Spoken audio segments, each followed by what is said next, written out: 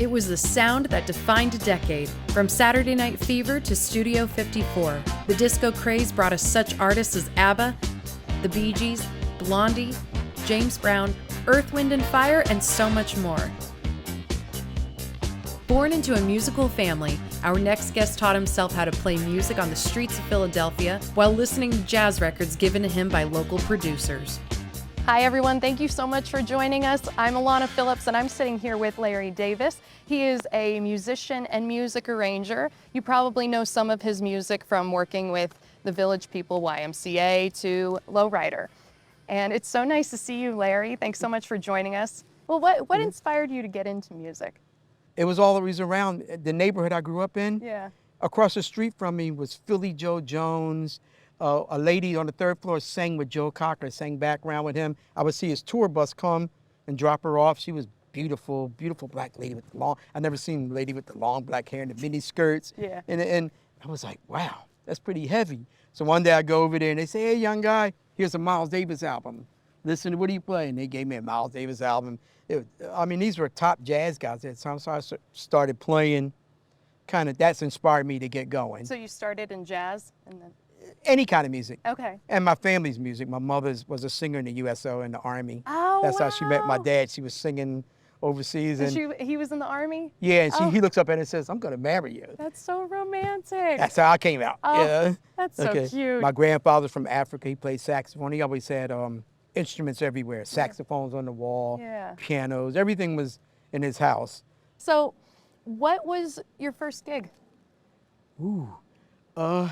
This guy in our neighborhood was a manager for the group called The Emotions. They sang with Earth, Wind and Fire. Oh, okay. He always had bands up in his clubhouse rehearsing. Yeah. And we would walk past there, and one day, I hear you're a trumpet player, come on up, and he was doing, this guy had a record out called The Horse at that time. It was a big hit, Cliff Nobles. He says, I need a horn section to come travel with me. I was 13 going on 14. My mother was like, he's just a baby. But the manager said, we'll take care of him.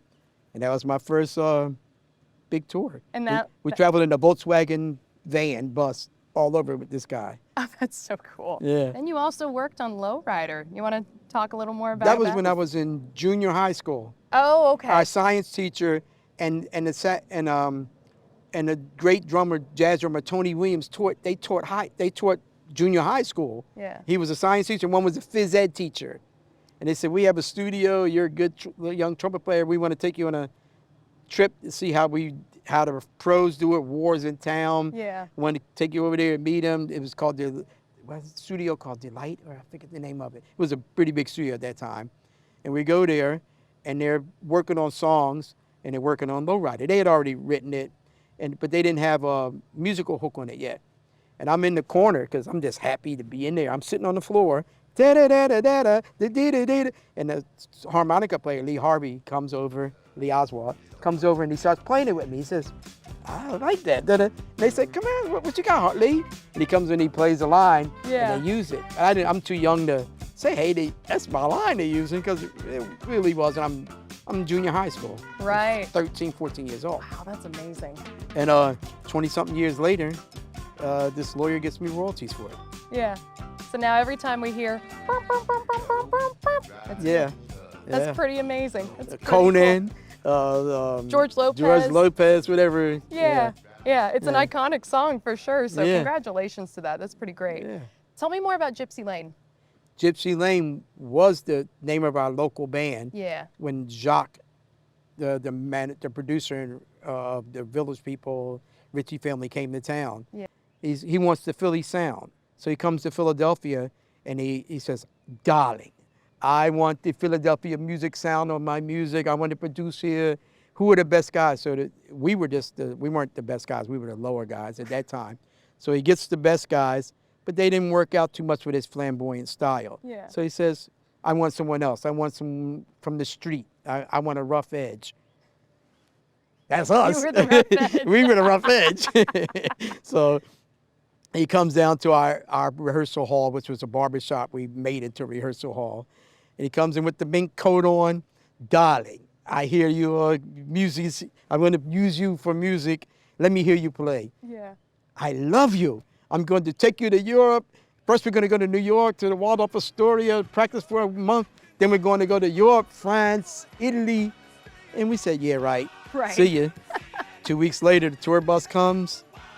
We're in New York, taking off from New York airport over to France. Look at that. And next thing you know, we recorded the Ritchie Family, Village People, Patrick Juvet, Felicia Rashad, which was then Felicia Willis. She was the Cosby lady. Yeah. And many other artists. He had about 10 artists on his label at that time. Yeah.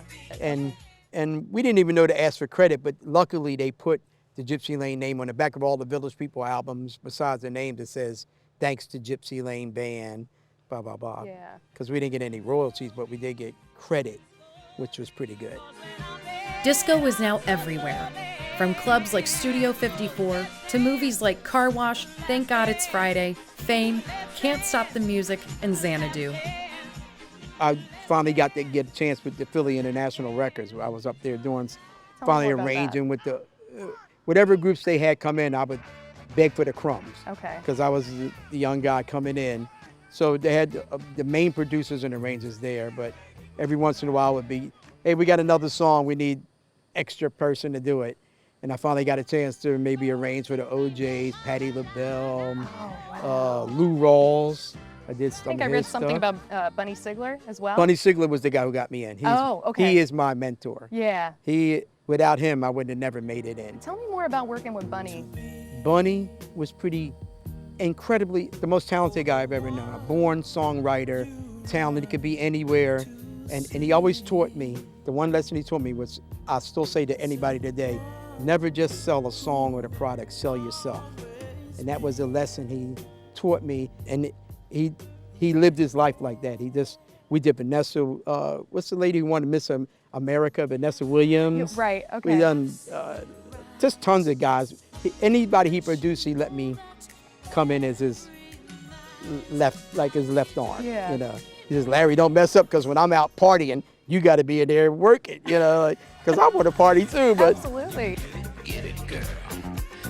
In 1978, Larry was hired by the band Instant Funk as they recorded the single, I Got My Mind Made Up, You Can Get It Girl, which was later included in their self-titled sophomore album, which was later certified gold. So who were some of the people that you worked with in Instant Funk? Okay, when Instant Funk kind of hit it big, our first big tour, we toured with the Commodores first. That's right, I forgot. We did the college circuit with the Commodores before Lionel Richie even came out front. He was singing, they were doing Brick House and Machine Gun. We did the college tour, then we moved up above the college level and we started touring with the Barcades. It was called the Funk Bands at that time, Barcades, Confunction, all that kind of stuff. And then we finally got our biggest tour, was opening for Rick James and Prince. And Prince just had his first album out then, it was For You, and he just put out the album with Sexy Dancer and all that stuff. It didn't hit yet. Okay. So when we started the tour, Rick James was the headline, then Prince, and we opened up. By the end of the tour, those two were feuding because Prince blew up, and he became the headliner, and Rick James, they wanted to put him in the middle. So they kept squeezing us on the stage to like, where we didn't, because they were fighting for stage space because they wanted to be big. So, we traveled with the Casey and the Sunshine Band, of course. Oh, cool, okay. And we traveled Alice Cooper. We did some stuff with him when we did Soul Train and all that stuff. Yeah. If you look at, you can find clips of all that stuff back in on TV. Yeah. Then we moved on, and came down here and come with TK Hot Productions. So that's what brought you from Philly to... Yes, I came down here then. And at that time, TK, the owner of it, Henry, produced James Brown. He was the first guy to get James Brown out of jail and produce him at that time. So I got to work with James Brown and really cool. and a lot of the artists that TK, he was doing his sons at that time. He had a group called the JBs, James Brown's son, Yeah. and they got me to help arrange that. And he was doing, Tito Puente was at that studio. Lots of big artists came to India, the Latin artists. Freestyle and all of that was really bubbling at that time, so I had to readjust myself. And some of the first groups we worked with was a young girl group we founded, Dateland Mall, called La Trim. And then we wrote the album Cars with the Boom, Yeah. which really went pretty big. And at that time, we were doing another group called the Gucci Crew. They had Whoa, Sally, that girl. They had I-95. There was lots of big records with them. And then finally, Hot Records merged with this guy from Europe. We're tied with this company, the owner knew him, and he sent all his projects to us. And one of the first projects he sent was the sports theme. Y'all ready for this? Dun, dun, dun, dun, dun, dun, dun, dun, dun, dun, dun, dun, dun, dun. It didn't sound quite like that, but I put that little line on it, and next thing you know, that's played at all the arenas. Oh yeah, that's a classic right there. I wish I get some royalties for that, but you know, hey, still happy to be a part of it. Now tell me a little more about Gypsy Lane and the musicians that. Okay, Gypsy Lane now, I mean, we had great musicians back then, but of course, after the Village People broke up and everything, and that fell apart, it came down to Florida. And in the year 2000, I bring the bass player down, and he says, let's start the band up again. And we said, well, we got to find all new guys. We got to find them down here.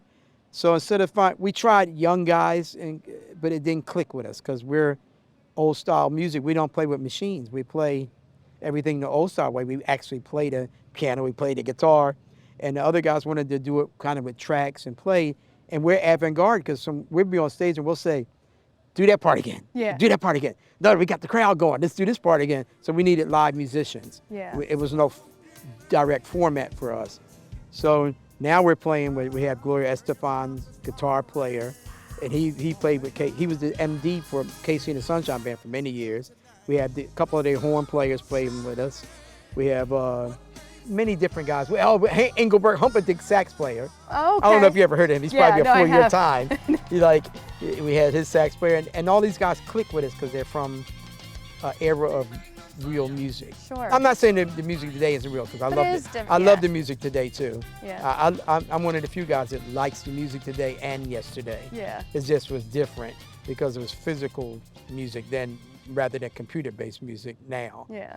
So we're playing with a bunch of guys that kind of click with us, even though some of them can hardly walk now. We have to wheel them in the chair. Yeah. But they're still good players, and they relate to how we play. Really exciting. And now the original Village People sometimes come to town and they see us. Whenever anybody that remembers us from then, the Village People, the Ritchie family, when they come to town, hey, we will come hang with y'all and sit in with you, blah, blah, blah. Okay, cool. Yeah. Is there a website or any social media? Yes, you can go to gypsylaneband.com and you'll see our name there. We're kind of connected with Instant Funk Village People, blah, blah, blah, anybody we kind of played with. And you can find us there. Very cool. And then one more question before we go. Do you have any advice for any upcoming musicians of how to get into this business? Well, Atlanta, I think it's even more than for musicians. It's for anybody. To never just sell what you're doing now, to sell yourself. That's probably the best advice I ever got. And my advice to the young people would be to stay persistent and study and practice, because you want to be self-sufficient. No, let's break it all down. You want to be self-sufficient where you're not depending on so-and-so to give you this and him to give you that and her to give you that. You need to develop a thing where you can develop your own product. Yeah. At least to that point of, I have something. And I would say that. I think that's really good advice. Well, Larry, thank you so much for joining me today. It's been a pleasure speaking with you. And thank you guys for watching. We'll see you soon. Atlanta.